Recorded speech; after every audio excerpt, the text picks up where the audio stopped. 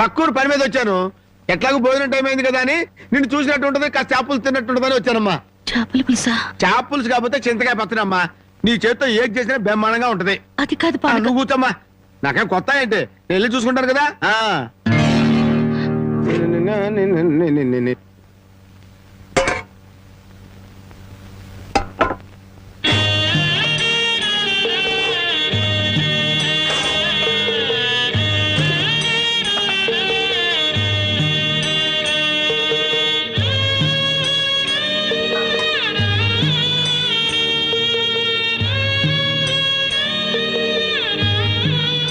ఏమ్మా, అన్నం వండలేదా?